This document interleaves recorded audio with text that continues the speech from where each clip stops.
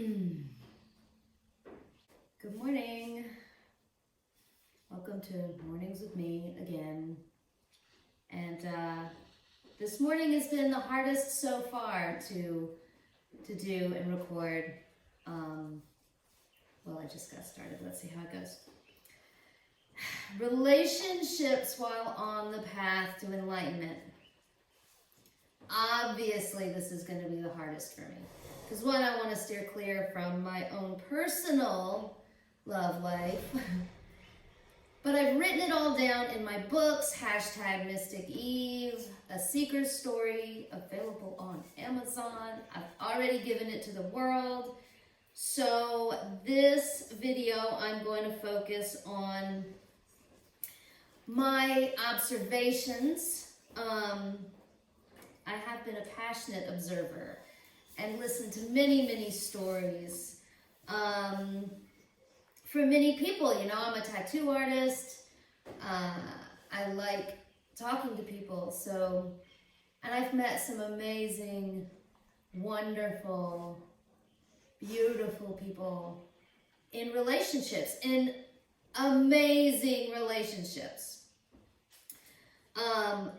Two that stand out. One is in a podcast, 18 years old, born, I think in the same town or very close, best friends in kindergarten, fell in love, in a wonderful relationship. Hadn't heard from them in a while. So anyway,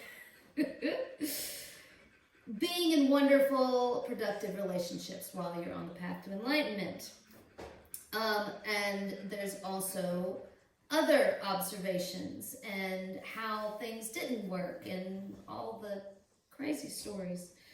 But I have spent a lot of time also focusing on each thing that comes up, like if it's a story that I just hear from somebody else, or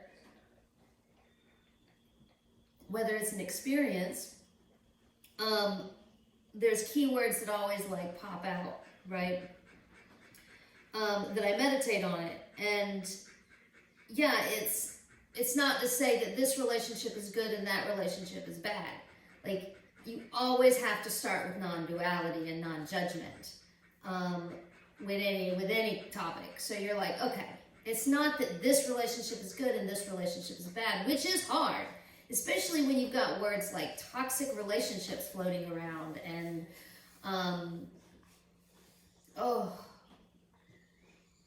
gaslighting, and this stuff is real. Like, it can get scary. It's not all cupcakes and rainbows. So. Yeah, okay, the words that are popping up, right? Attachment, commitment, judgment, tantra, sex magic, toxic love, unconditional love, free love,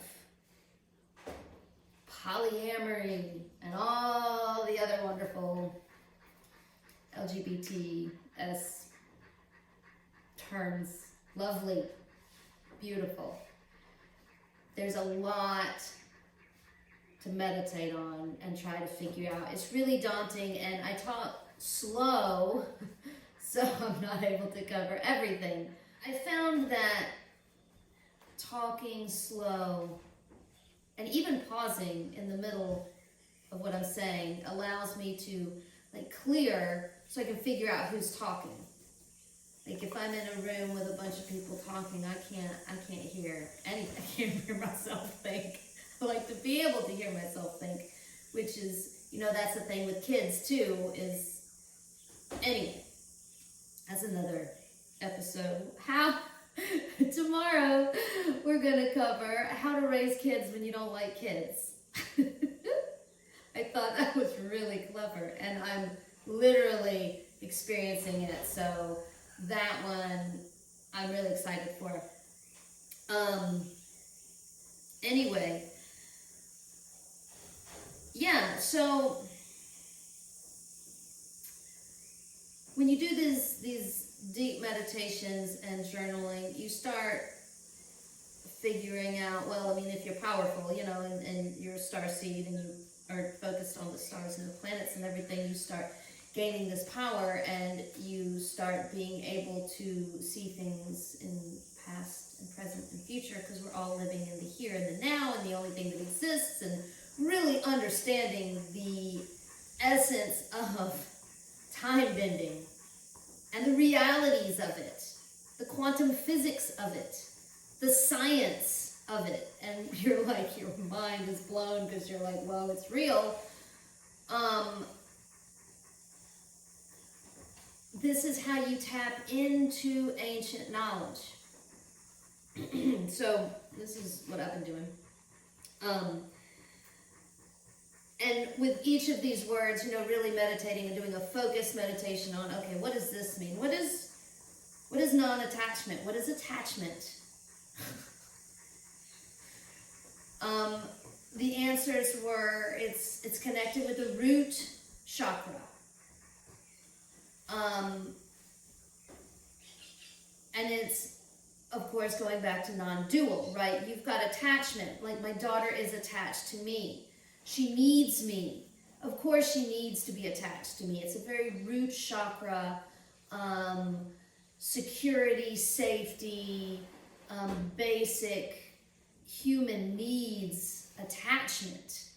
And that's a very good thing.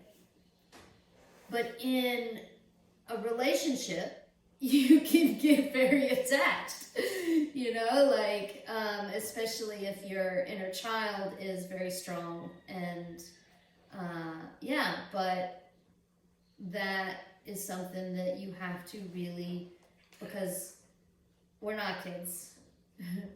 We don't need each other for our basic human needs. When we're on the path to enlightenment, we figure out that all we really need is ourselves. We start trusting ourselves and being our authentic selves.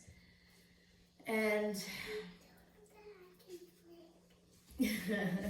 Sophie can snap her fingers. But yeah, commitment. I mean, on the path to enlightenment, commitment, like the first thing we commit to is ourselves. I'm committed to being the best human being I can possibly be. So commitment is more solar plexus chakra, right? It's a commitment. It's saying, I know myself well enough to know that I can be devoted and you can trust me. Trust from that other flip side. You can trust me. I am committed. Judgment, which, you know, this comes up, and as somebody on the path to enlightenment, this one can be really hard to admit to yourself that you still have judgment, because you don't want to have any judgment. You go on this path to enlightenment, you start accepting all beings as they are, and free lovers and free thinkers, and everything is beautiful and wonderful, and we all accept everybody. But, you know, deep down, are you really still judging the other person? This has been really real for me because of my relationship with money and judging people with lots of money. I've been working through that one. Anyway. Our relationships, the whole point, I mean, spiritual enlightenment relationships is just practicing and working on all of our relationships with everything. Which brings up the polyamory too. You hear that a lot on the path when you're spending time with these circles and people. Like that one was real recent for me, because the idea, of course, I've known what it was, but the energetic vibrational reality of what a polyamorous relationship really looks like and what it shouldn't look like. That was really difficult too. But you've also got spirit guides and magical beings, and I personally, I have spirit animals. I've got, you know, like being in a relationship with me. Anyway, I wanted to stay away from that.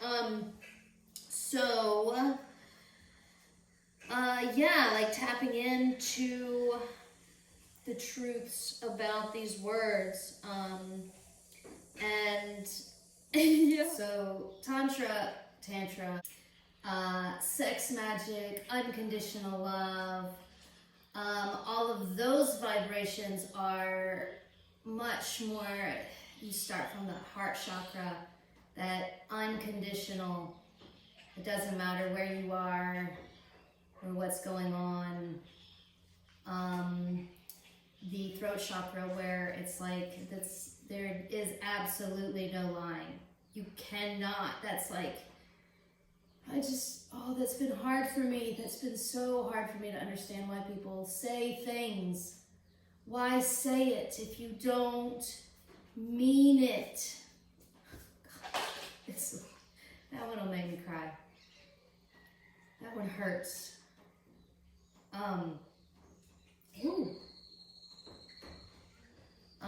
The ancient knowledge tells me that it is,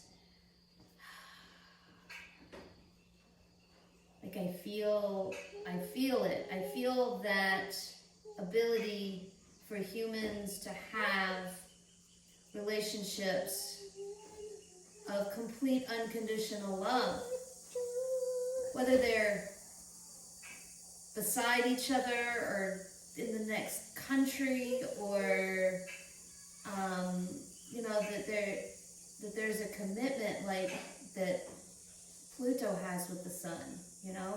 I mean, mine are actually sextile. They're very, very close in my birth chart, but yeah, that explains a lot.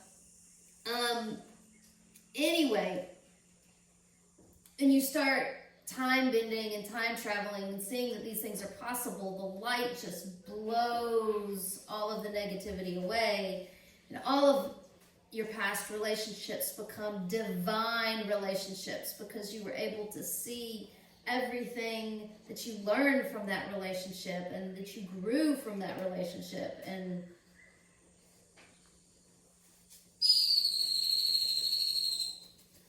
you know, it's not that on the path to enlightenment we get to a point where all of a sudden we're just total bliss. I mean, yeah, the thing is though, we change our past. It's not like it gets really complicated, but you purify your past. So you're not, you hear the word harboring over your past all the time, pining over your past, or like just living day to day worrying about what happened back then, you know, I mean, yeah. Yeah, time bending is real. So the card spread. Let's talk about the card spread. Basically, I opened it up to ancient knowledge regarding relationships. And the center card, I flip it over, and it's 5 of Wands. And I'm like, wow. Mars. Okay, that number 5 is a tricky 5, but it's never always a negative one for me because of my relationship with Mars. But like the center of a relationship spread, like really. So, you know, it's fire, it's irritation, it's dissatisfaction. These are the things that the card means, like competition, you know, like, so I'm like, what? And then the download, you know, was, no, this is what this card spread wants to talk about. It wants to focus on this kind of relationship. The relationships, the real the ones where you're just constantly irritated. The other person is just constantly bugging the motherfucking shit out of you, like constantly bothering you. Can I draw this?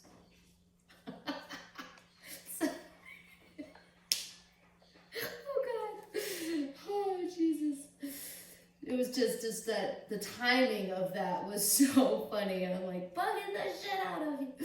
And then you interrupt the podcast. Yes. Can I finish? Yes, but can I draw this? No, you cannot draw on that. That is a very important picture that a friend of mine, somebody here at Coma, drew, and I do not want you drawing on it. This, yeah, that kind of relationship where it's really difficult. And you know, I have this from the very, very beginning journal that I wrote. That there's all different kinds of relationships and loving, pure relationships that sex is not a part of at all. In fact, that makes everything way harder. So there is all kinds of beautiful different paintings of different kinds of relationships. But this card spread wants to focus on the Five of Wands.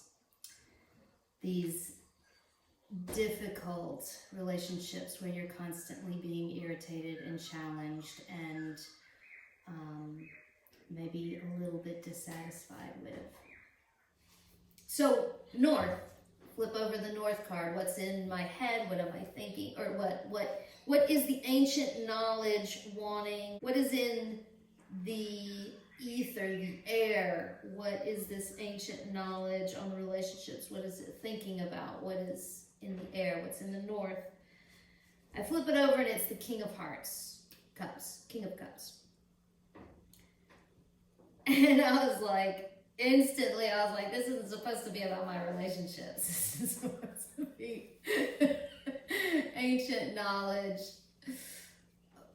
Just like this personal joke I have with the divine. But I'm like, what the hell? What are you doing? Like, that's always in my head in a relationship. And that's always the focus of the relationships. Anyway, I'm like, not me, cards. We're doing a different spread. So I'm like, all right, you know, the King of Cups, tolerance and patience, that is so important. Tolerance and patience.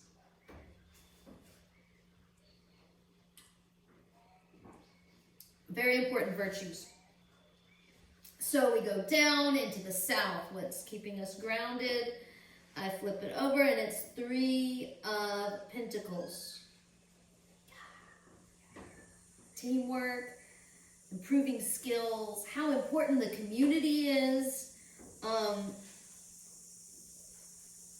These places that are forming as we're all starting to wake up, this is like cellular clumping that's happening because our magnetic fields and our vibrations are kind of like pulling us together all over the place. These communities are really, really important, and I, Coma, because I am not really anything. I'm just doing what Coma wants me to do. I don't even want to be here today. So, yeah, where are we? Okay, communities are important, and, you know, they're vital for our survival with what's going on in the world today. That's just keeping it real. The shit's getting real. The shit's getting real. We're gonna do something about it. Mars, are we gonna do something about it? Okay. That's our stability.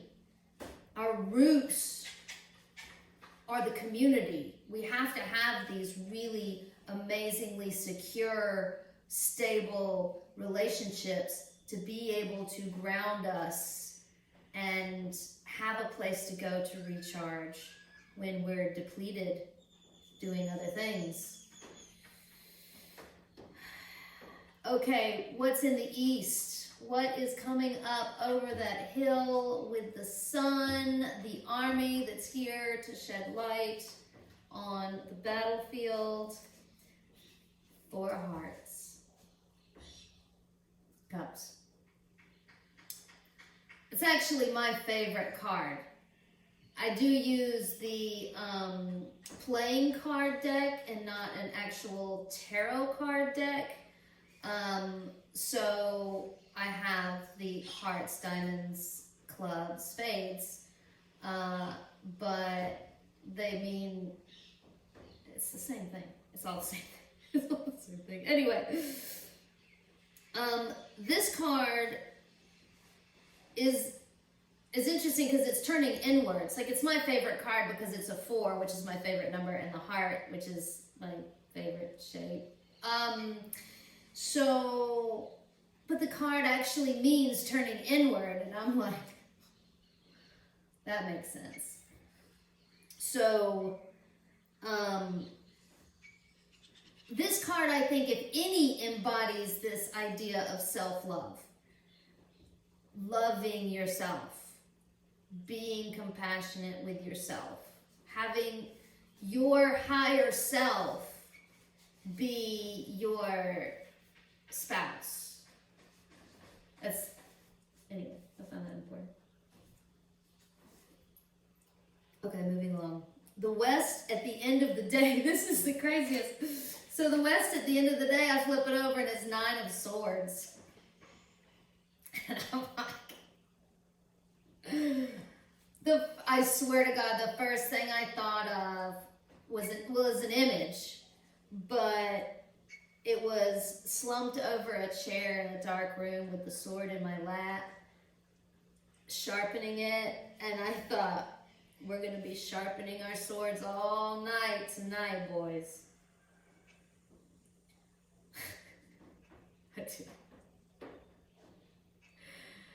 The download was real. I was like, oh, that's heavy. That's heavy. The worry, the guilt, the despair that can happen at the end of the day is heavy. I'm like, why are you going to end the cards? Like, is how we're going to end the podcast with 9 of Swords. Why did I call it a podcast? The video, the YouTube video. So, you know, I got to meditate on it, and yeah, this is the magic trick. How are we going to end our days? We paint our own realities. Is that the reality that we're going to paint at the end of the day? Or are we going to realize that that is where your